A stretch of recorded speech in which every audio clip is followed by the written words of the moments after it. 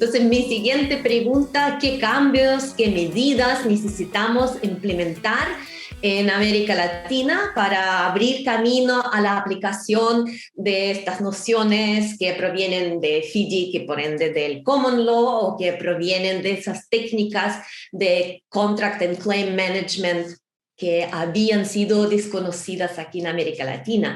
Por favor, Alex. Partamos de una base. FDIC es un contrato de inspiración Common Law que se aplica en Latinoamérica básicamente porque hay una exigencia de los bancos multilaterales de desarrollo para que ese modelo se aplique, ¿eh?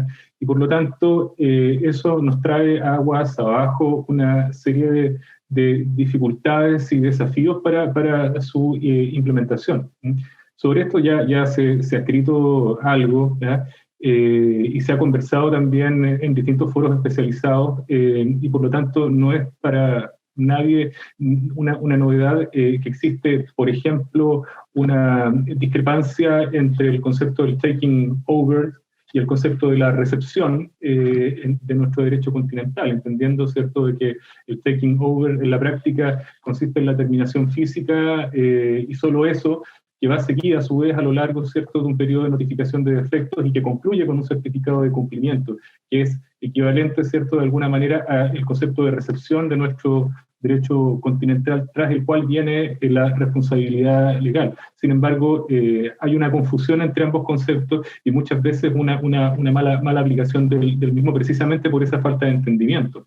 Otro problema que también se provoca con bastante frecuencia es la confusión entre el concepto de indemnizaciones por demora o los liquidated damages famosos y las penalizaciones, ¿no? Las penalizaciones por días de retraso, ¿no? Como sabemos, en el Common Law las penalties están prohibidas, ¿no? Y las indemnizaciones por demora dicen relación directa precisamente con el daño que se produce como consecuencia del retraso, de forma tal de que eventualmente aguas abajo, ¿cierto?, si el daño no es tal, esa indemnización se puede ver reducida, a diferencia de lo que ocurre con las penalizaciones por día que se utilizan en nuestros sistemas con mucha frecuencia, que corren como una forma de castigo al contratista que corre de manera independiente a la indemnización. Ahora, ¿cómo se resuelve eso? No es una cosa tan compleja. En la práctica es un problema de técnica normativa, ¿ya? Y me ha tocado ver algunos contratos FDIC en los que a través de las condiciones particulares se ha hecho precisamente esa homologación entre conceptos de manera tal de poder hacerlo fluido. Pero sin embargo me gustaría levantar un tema que me parece que es un poco más complejo y tiene que ver con el rol del ingeniero en los contratos FDIC y la forma en la que Latinoamérica entiende ese rol, ¿eh?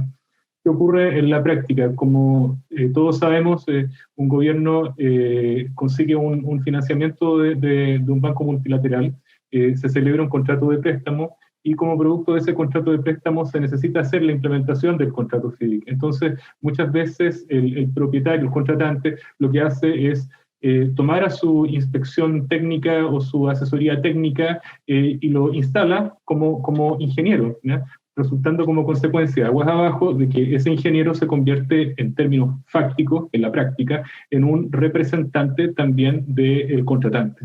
Entonces, el esquema que se da finalmente es que nos vemos con un contratista que por un lado tiene a un ingeniero que es representante del contratante y por otro lado tenemos al representante del contratante, lo cual genera un desbalance en la práctica que genera complicaciones aguas abajo.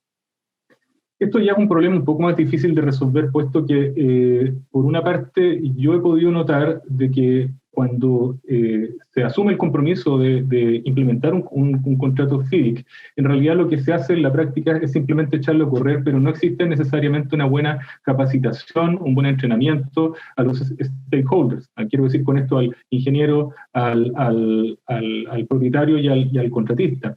Pero me parece que también hay un tema un poco más profundo y que tiene que ver con la cierta resistencia o el interés de más bien aplicar el esquema tradicional de obra pública al contrato FDIC, perdiendo de vista el beneficio que representa el contar con un ingeniero que de alguna manera vaya haciendo una especie de corte y prevención de un posible escalamiento de dificultades o disputas entre las partes. Y yo creo que ahí existe claramente un desafío pendiente.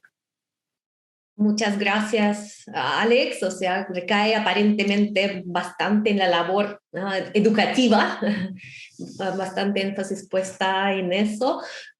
¿Cómo lo ve Jaime? Porque en el Perú, bueno, ustedes han tenido una experiencia destacable dentro de la región en el uso de los instrumentos de origen anglosajón. Muchas gracias, Elina. Yo quiero en esta respuesta y dentro del plazo, una vez más, decir temas comunes a contratos FIDIC y a contratos NEC.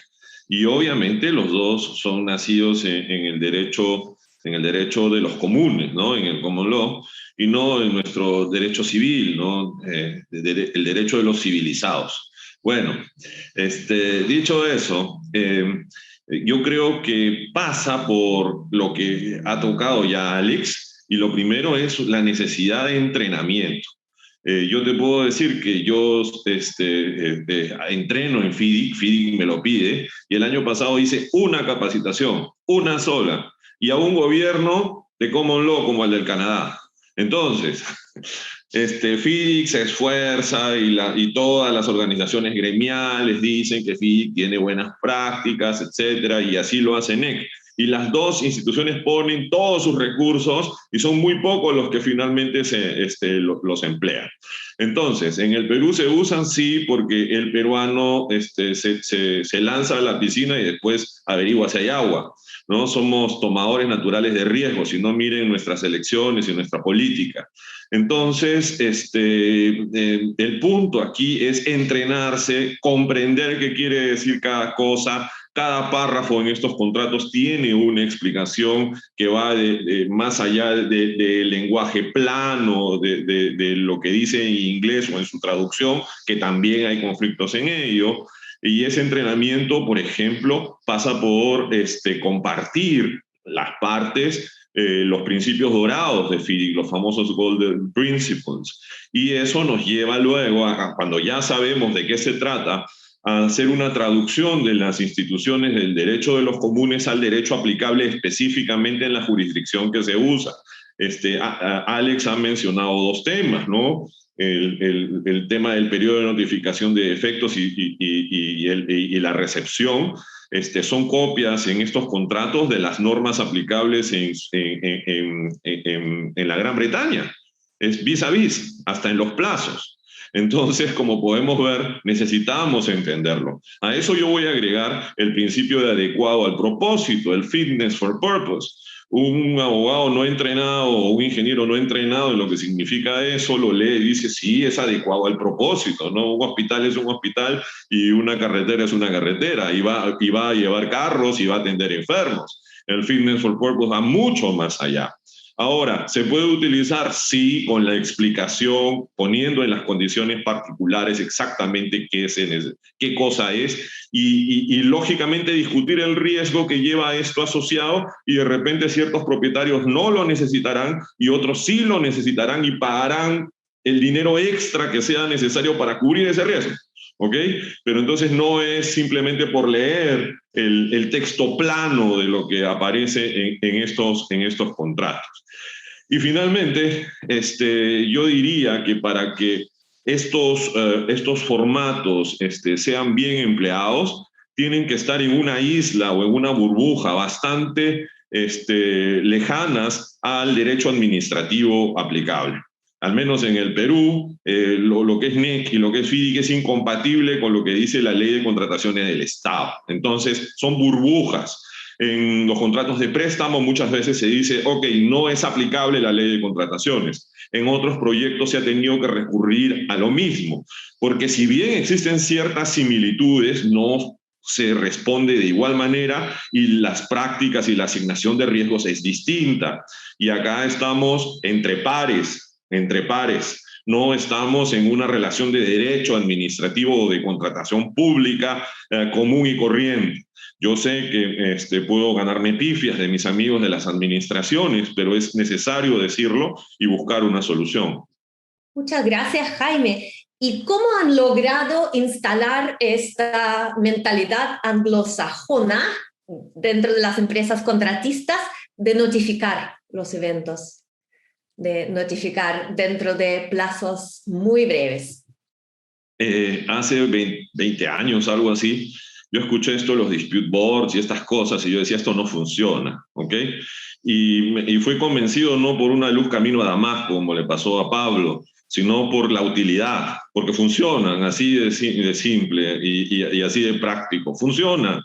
Y cuando alguien recibe una notificación temprana y ve que le reconocen y ve que hay detrás alguien que le dice, señores, no se peleen, busquen primero la solución y luego ven a quién le corresponde. Y me dieron la razón la primera, perdí la segunda, en la tercera se repartió, etcétera. Entonces, funciona.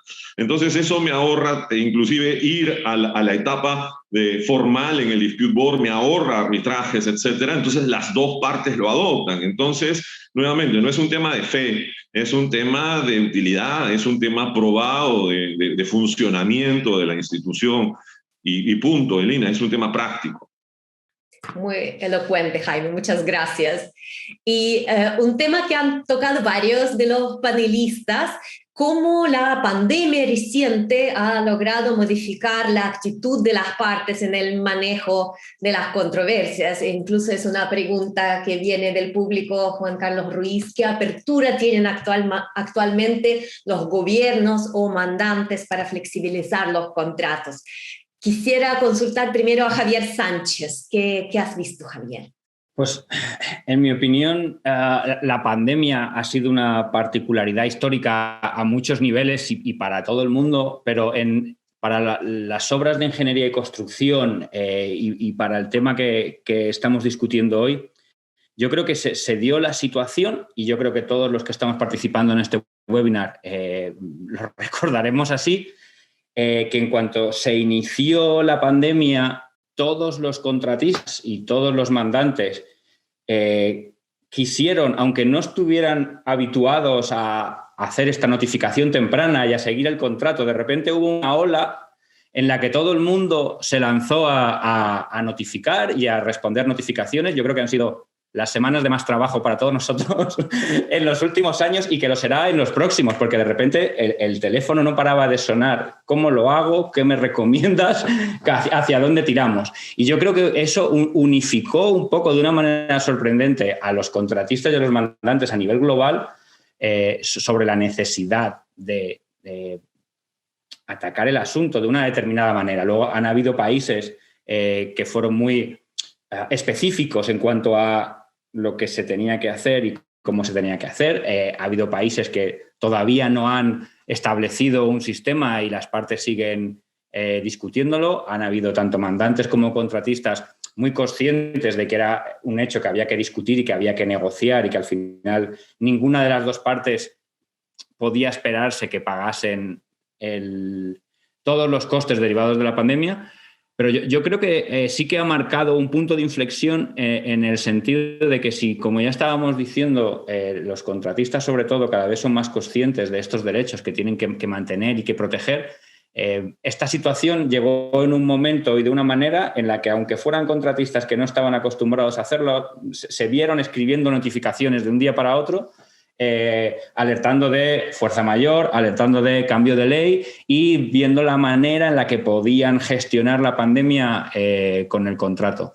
Con lo cual yo creo que ha sido como un empujón adicional a esa curva de aprendizaje que estábamos hablando antes, que estamos teniendo, sobre todo a lo mejor en la cultura latina, en la que no teníamos una metodología de gestión de contratos y de proyectos tan desarrollada como en el mundo anglosajón. Ha sido, como en mi punto de vista, un empujón más para invitar y animar a las partes a gestionar los contratos de una manera distinta, y yo creo que va a ser un elemento que nos va a acompañar por mucho tiempo. Por ejemplo, para mí, como perito, que al final vemos disputas que surgieron hace 3, 4, 5 años, yo creo que en los próximos 7 años de mi carrera profesional, todos los casos van a tener, aunque sea una parte de la disputa relacionada con el COVID, porque al final todos los proyectos lo han sufrido, y todos los proyectos que acaben de una manera o de otra en un procedimiento formal de resolución de disputas será uno de los elementos que las partes incluirán en los temas a discutir. Con lo cual, yo creo que todavía queda por ver cómo se soluciona alguno de los asuntos que esta pandemia ha provocado en los proyectos, pero yo creo que sí que ha servido como un acicate para las partes para intentar ponerse a gestionar el contrato de otra manera. Muchas gracias, Javier. Alex, ¿cuál es tu diagnóstico? Bueno, yo estoy muy de acuerdo con lo que Javier acaba de mencionar y me gustaría hacer un zoom respecto de lo que pasa en Latinoamérica. Y en ese sentido yo creo que hay que hacer una diferenciación entre lo que pasa en el sector privado y lo que ocurre en el sector público. En el sector privado, si bien no tenemos información suficientemente confiable como para decir que ha existido un cambio de actitud por parte de los propietarios, sí es posible observar particularmente en industrias que desarrollan proyectos de largo alcance, una actitud más predispositiva a conversar. Particularmente me refiero a los casos de energía, en el caso de la minería también. Hemos podido ver que, por ejemplo, las partes se han sentado a conversar, que al contratista se le ha pagado la fuerza mayor, que se han extendido los plazos de los contratos con pago incluido al contratista, como también se han generado comisiones de trabajo para poder ver de qué manera es posible poder gestionar de mejor manera la pérdida natural de rendimiento que se produce en un contrato cuando tienes que tomar medidas de distanciamiento social, eventualmente test, eventualmente condiciones que hacen que en definitiva las productividades de estos contratistas no se puedan lograr. Entonces, desde esa perspectiva, me parece que el sector privado, particularmente en estas áreas, está funcionando de manera bastante proclive a la negociación. No veo lo mismo en el caso del sector público. El sector público anda un poco más lento que el sector privado, no tiene tampoco esa misma capacidad de adaptación. Entonces, lo que sí he podido observar, y eso me parece que es una muy buena noticia, es una cierta predisposición por parte de algunos gobiernos de empezar a buscar, no el día de hoy, sino que hacia adelante, fórmulas de contratación colaborativa. Incluso nos ha requerido la instalación o la posibilidad de poder buscar alternativas de implementación de pilotos de contrato con enfoque colaborativo o derechamente contratos colaborativos, bajo el entendido de algo que mencionó Sergio al principio de este webinar, que la construcción es muy sensible y apoya mucho a la reactivación económica. ¿Por qué? Bueno, básicamente porque ocupa mano de obra rápido, ¿cierto? Y la mano de obra, a su vez, aumenta el consumo y por lo tanto el crecimiento país, ¿cierto? Se puede dar de manera más eficiente. Entonces, desde ese punto de vista, y respondiéndote en concreto a la pregunta, sector privado, me parece que algo hay en los grandes proyectos, y en el sector público no se ve el día de hoy, pero sí, ojalá que aprovechemos la instancia de la pandemia para poder instalar en la conversación la mayor colaboración. Muchas gracias, Alex. Bueno, sí, justamente lo que están quedando abajo mayormente son los sistemas jurídicos, ¿no? Por lo menos los civilistas, ¿no? Que hemos visto muchos desafíos de encajar este evento en las instituciones existentes, ¿no? en el derecho. Así que las partes se han tenido que subir al carro y buscar soluciones ellas mismas. Bueno, yo voy a hacer una última pregunta y la voy a dirigir a todos los panelistas. Es una pregunta prospectiva. Me gustaría escuchar de ustedes cómo se proyecta la industria, el derecho de los contratos de construcción. Si, bueno, la expectativa de Alex, él ya la mencionó algo, ¿no? Que los contratos tengan mayores rasgos colaborativos, pero en general los invito a hacer la reflexión que estimen pertinente para ese momento, cómo su gremio, su rol se va a desarrollar en el futuro, qué visiones tienen. Me gustaría partir con Leire, por favor. Pues yo, como ya he dicho, estamos empezando a poder, bueno, voy a decir disfrutar, al menos manejar contratos colaborativos en los proyectos, en algunos proyectos que nos han adjudicado recientemente. Y la verdad es que por ahora está dando muy buenos resultados. Yo diría, dentro de esos contratos colaborativos, para ciertos proyectos que acarrean muchas incertidumbres hasta que uno no se pone a ejecutar, sin duda, por ejemplo, la opción del Open Book, tipo contratos NEC, puede ser muy buen camino, con las modificaciones, por supuesto, y adaptaciones necesarias, pero un contrato, digamos, abierto, donde ambas partes conozcan los costes y se traten los problemas y se compartan los sobrecostes que se pueden derivar de aquellas cuestiones que es imposible prever hasta para el más experto y de los contratistas, por la propia naturaleza del proyecto.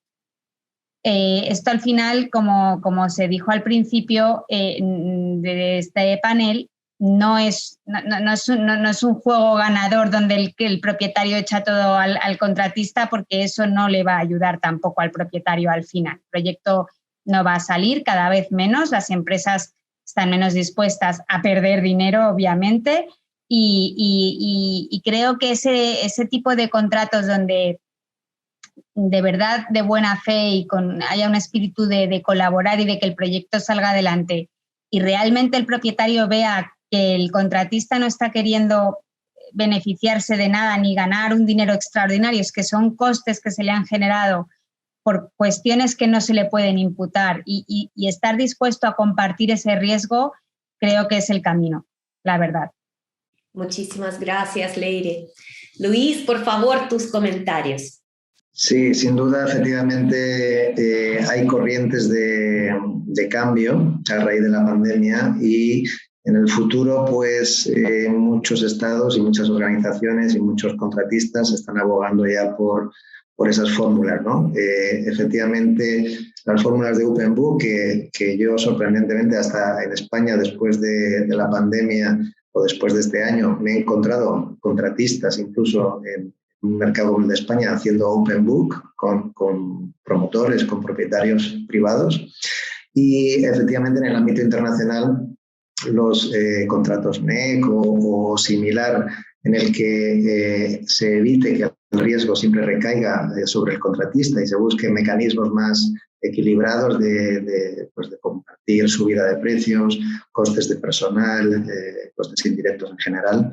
Esto es sin duda un punto a favor. Entonces, el precio del contrato sería uno de los puntos que se debería abordar en los contratos, y también fundamentalmente hay otro aspecto que debería ser el time bar, ¿no? Los periodos de tiempo y de notificación y todo lo que dependa del tiempo. Se deberían incluir provisiones que puedan cubrir pues todo tipo de eventualidades, ¿no? Y como Leire también apuntaba, ya para terminar, efectivamente se trata de tener un objetivo común. Lo comentaba antes, los grandes proyectos, grandes y pequeños, se frustran porque el objetivo no es común. No todos están alineados y no todos comparten el mismo espíritu. Entonces, a través de este tipo de contratos más colaborativos, sin duda, se puede realinear estrategia entre los distintos agentes y conseguir lo que todo el mundo supuestamente quiere, que es entregar el proyecto lo antes posible en calidad y en presupuesto, y recoger e ir a otro, ¿no? Así que yo soy optimista por naturaleza, y creo que se van a incluir revisiones en el futuro, y se van, por parte de los estados y de los contratistas también, se va a apoyar mucho este tipo de contratos. Muchas gracias, Luis. Javier, por favor. Gracias, Elina. Yo también estoy de acuerdo en que se va en esa dirección. Otro tema será cuánto tardaremos en llegar, porque al final la construcción es una industria que tradicionalmente siempre es lenta a la hora de desarrollarse y de modernizarse, con lo cual yo creo que todos los agentes están de acuerdo en que esa es la dirección. Ahora falta ver el tiempo que nos lleva a llegar ahí. Hay que tener en cuenta un factor muy importante, y es que el hecho de que un contrato sea colaborativo no significa que no haya a lo mejor que gestionarlo, que poner esos recursos, que en un contrato tradicional los tienes preparados para notificar y reclamar, pero yo creo que en un contrato colaborativo hacen falta incluso más.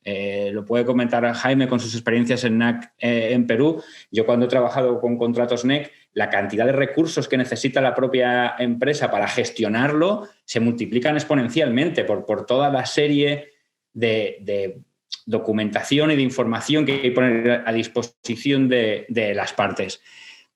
Y a raíz de esto, yo creo que desde el punto de vista a lo mejor de la consultoría de claims o del perito, yo creo que eso lo que hará es, primero, seguramente minimice la cantidad de disputas que cristalizan en arbitrajes o en procedimientos formales.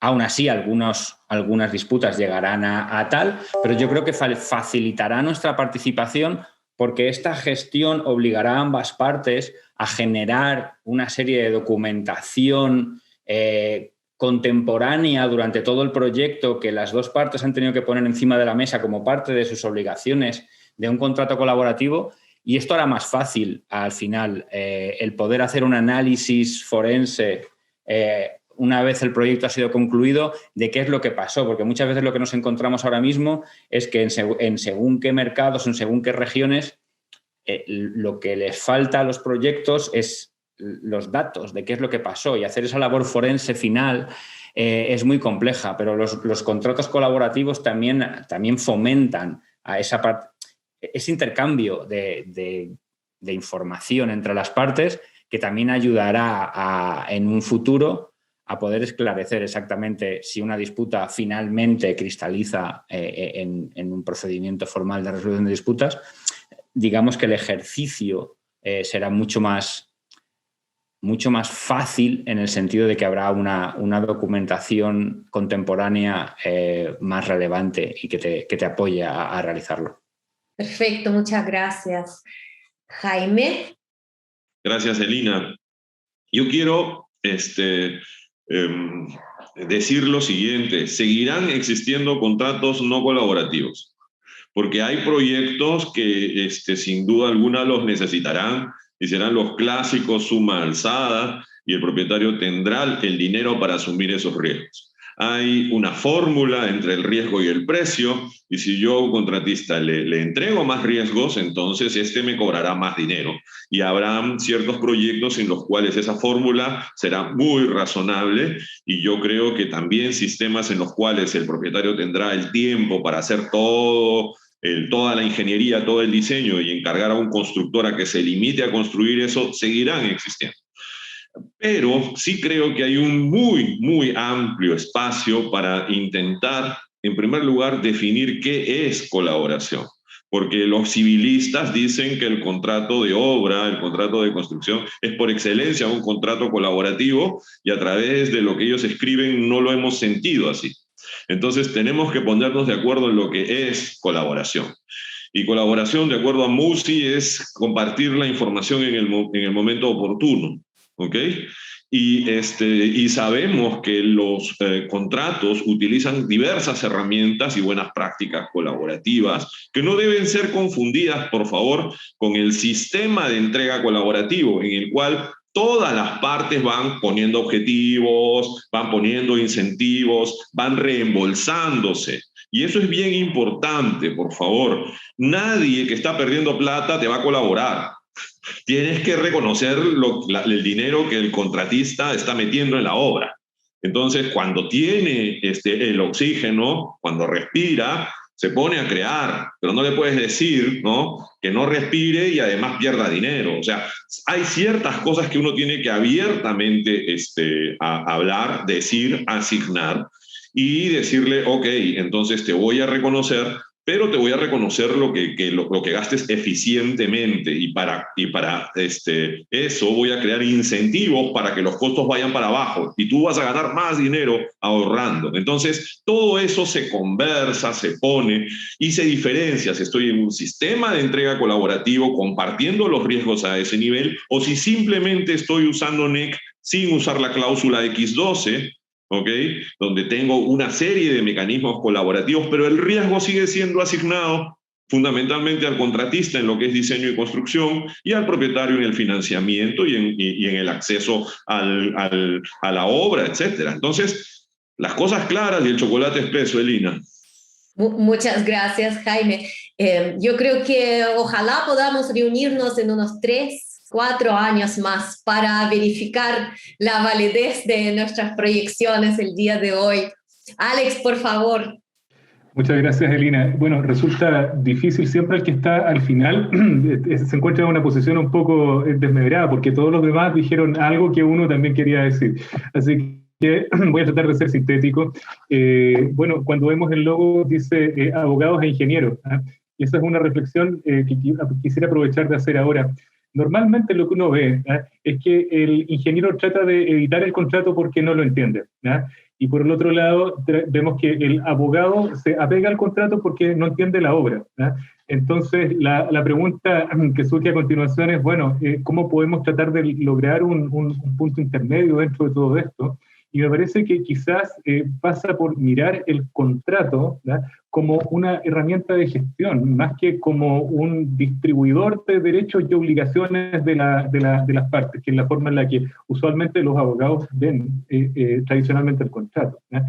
¿Y qué implica eso desde el punto de vista práctico? Bueno, básicamente un mayor trabajo multidisciplinario. Eso es lo que, por lo menos a mí me gustaría ver en el desarrollo, ¿cierto?, de la industria de la construcción. Un mayor nivel de especialización también respecto de aquellos que cumplen un rol en esta industria. Finalmente, y voy a parafrasear un poco a lo que dijo Jaime recién, un enfoque más colaborativo en la gestión, ¿no?, que no necesariamente implica adosarse a un contrato colaborativo, ¿eh? Porque una cosa tiene que ver con la actitud de las partes y la forma en la que manejan el contrato, y la otra tiene que ver simplemente con la aplicación de un modelo de contrato que eventualmente podrá ser colaborativo o no, dependiendo de si al final del día las partes tienen ganas de que eso sea así o no.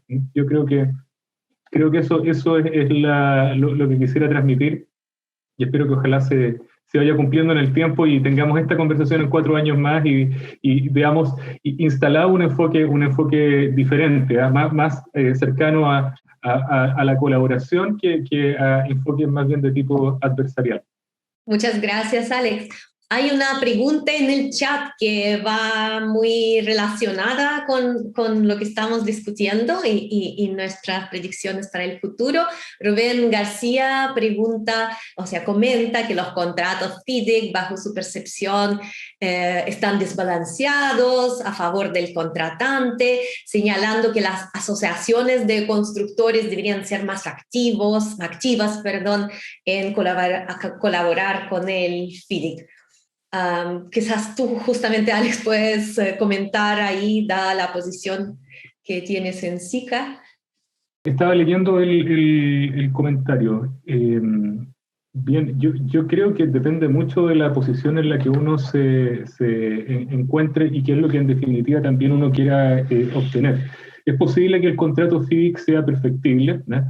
Efectivamente, uno puede tener una opinión particular respecto de la forma en la que FIDIC ha evolucionado y esta tendencia a las notificaciones que se han dado, particularmente a raíz del último release del año 2017.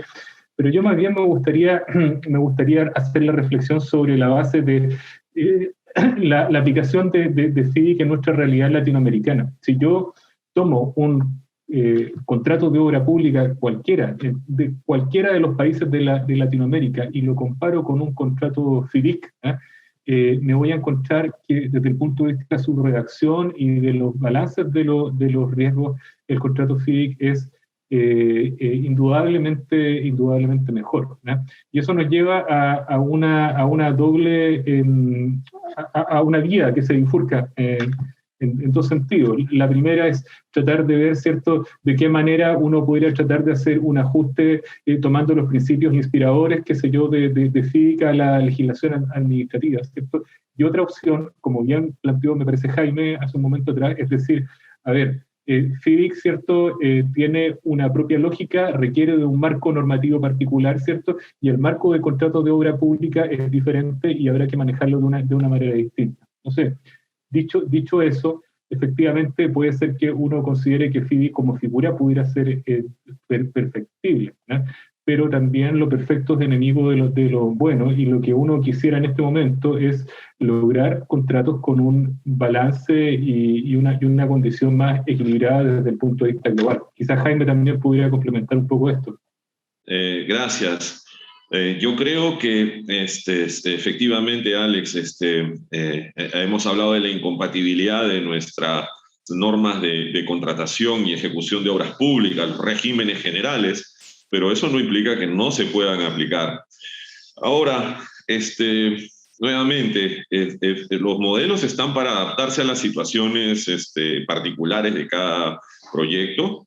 Yo considero que el libro rojo de FIDIC es bastante balanceado, reconoce los derechos de ambas partes y luego de eso se acercan más a los intereses del propietario en el amarillo, y reconociendo aún así de manera proporcional los derechos del contratista, y sí es desbalanceado si utilizamos un libro plata.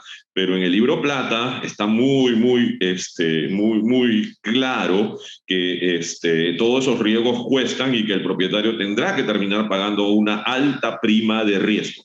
Entonces están allí las instrucciones. Esto es como un menú o como un buffet, ¿no? Cada quien que se sirva lo que quiera y sabe a lo que se expone. Si es alérgico, entonces que no coma el pescado que le cae mal o el marisco, ¿no? Entonces es un tema al final del día, creo yo, de sentido común, Alex, y creo que así quizás resuma lo que tú ya dijiste. Muchas gracias. Dos últimas preguntas. Se habla de la profesionalización y especialización. ¿Qué tipo de especialización, certificación, etcétera, para ingenieros de contratos recomendamos para América Latina? Javier Ramírez pregunta. Por abrir un poco el diálogo, y sin ser un gran conocedor de América Latina, pero sí puedo hablar de otras partes y creo que es exportable también a América Latina. Y como siempre vamos detrás de los anglosajones, pero sí es cierto que en dos vías se podría trabajar en cuanto a los ingenieros en este campo de actuación. Por parte de los ingenieros que trabajan con contratistas, sí que se podría decir que ya cada vez más hay una concienciación de los equipos técnicos y los equipos de proyecto y sensibilización en cuanto a la gestión de contratos y la administración del mismo.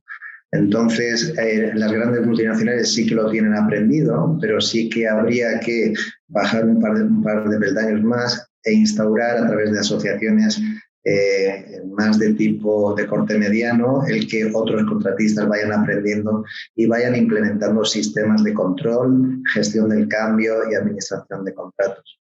Por otra parte, sí que a nivel no soy el más indicado para hablar, pero sí que es cierto que pensar en licenciaturas, diplomaturas que combinen aspectos de leyes y aspectos técnicos, un doble grado o una doble carrera, sí que noto que se echan muy en falta en toda América Latina y en España y en muchas partes de Europa y, por supuesto, hacia Asia. Con lo cual, la carrera de los quantity surveyors, y no me gusta citar tanto a los anglosajones, pero sí que es algo pionero en este plano y sí que invitaría de manera particular a todos los ingenieros a que busquen, en ausencia de algo más reglado, que busquen formación en esas dos líneas, en la línea jurídica, legal y en la línea técnica. Creo que algún académico aquí también podría aportar su punto de vista al respecto.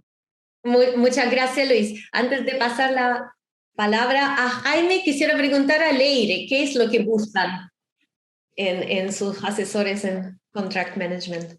Bueno, yo soy una firme convencida de lo que ha dicho Luis. O sea, creo que yo prefiero que sean ingenieros de partida porque aquí hay que entender la obra y eso es lo fundamental. Pero una formación no tanto de abogado legal, pero sí de entender el contrato, saber manejarlo es fundamental. Entonces, estas carreras que combinan no tanto el doble grado, pero sí pues ese complemento al ingeniero, ¿no? que entienda que no es solo leer y entender el idioma, que como ha dicho antes Jaime, pues por ejemplo el fit for purpose es que va mucho más allá de lo que dice el texto, ¿no? Pues que lleguen a entender esas cuestiones es fundamental. Entonces, nosotros lo que estamos buscando ahora es precisamente eso, esa combinación. Como digo, no es fácil de encontrar, sobre todo en España, porque nosotros recién estamos incorporándonos a esa cultura anglosajona de manejo del contrato, pero si no lo tenemos, por desgracia, aquí, lo esperamos tener en unos años, no tenemos problema en buscarlo fuera, está claro. Pero yo sí que creo que asesoría jurídica, o si queréis los abogados, debemos de ser un apoyo, pero nunca ser la clave del contract management. Un contrato lo tiene que manejar un ingeniero. Muchas gracias, Leire. Jaime, por favor, ¿algo que agregar? Sí, en relación a la pregunta anterior sobre certificaciones, yo creo que hay toda una serie de cursos en el mercado, empezando por los temas de project management, que son un buen comienzo, etcétera. Ya las universidades están dando cursos de gestión de contratos, etcétera.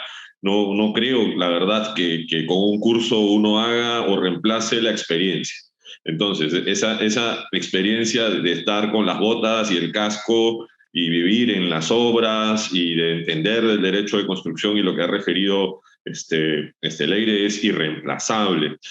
Sin embargo, creo que vale la pena mencionar a los que estén interesados que visiten la página FCL, disculpen los españoles la C, fcl.fidic.org, y que ya está en español, donde FIDIC va a ofrecer certificación de gerentes de contrato. No lo está, lo va a certificar incluso, no, o sea, va a certificar, no va a dar el curso, pero va a certificar que usted tiene esas capacidades, que entiende el contrato, entiende de ingeniería y tiene otras capacidades para la toma de decisiones y la gestión contractual. Entonces, es algo que creo que ratifica la importancia de lo que ustedes como Wageman y todos los invitados han referido. Hay que darle capital, radical importancia a estos temas. Y cuesta, sí, cuesta mucho, pero hay que hacerlo. Muchísimas gracias, Jaime. Última pregunta para Javier. Respecto a los respaldos presentados en disputas, además de aplicar la regla cause, effect, entitlement and substantiation, ¿qué recomiendas? Hay numerosa bibliografía al respecto de cómo gestionar o cómo elaborar un documento de reclamación. Yo siempre recomiendo intentar ir a lo básico, no porque sea básico, sino porque está internacionalmente reconocido. Guías como el protocolo de la SCL de Delay and Disruption, las Recommended Practices de la ACI, yo creo que sientan una base bastante seria sobre cómo llevar a cabo un análisis en una reclamación, y luego siempre que haya una particularidad es siempre bastante útil buscar bibliografía específica sobre campos, si estamos hablando de un tema muy específico de disrupción, pérdida de productividad derivada de... Hay varios estudios que ayudan mucho, estudios de la industria, que volvemos a entidades como, por ejemplo, CICA o FIDIC, que realizan estudios sobre impactos en proyectos, y luego esos datos se pueden utilizar para intentar aproximar cuáles son las consecuencias de un evento u otro. Muchas gracias, Javier. Alex, te voy a pasar la palabra por si quieres agregar algo a esta última pregunta y también para dar el cierre a nuestro panel y agradecer nuevamente a Leire, Javier, Jaime, Luis. Alex, tienes la palabra. Muchísimas gracias, Elina. Bueno, hemos terminado ya esta jornada. No tengo más que agregar a lo que dice Javier, me parece que fue muy preciso. Muchísimas gracias a los participantes, a los asistentes a este webinar. Muchísimas gracias a las instituciones que dieron el soporte para que esto se pudiera llevar a cabo y particularmente a los participantes del día de hoy por haber dedicado parte de su tiempo a compartir sus experiencias. Muchísimas gracias, Elina, por tu excelente moderación y espero que nos veamos dentro de 2 semanas más en un nuevo conversatorio que ojalá, como señalé al principio, sea un pequeño granito de arena en el mejoramiento de esta industria de la construcción que tanto queremos. Así que muchísimas gracias y nos vemos en 2 semanas más. Muchas gracias. Adiós. Gracias, adiós.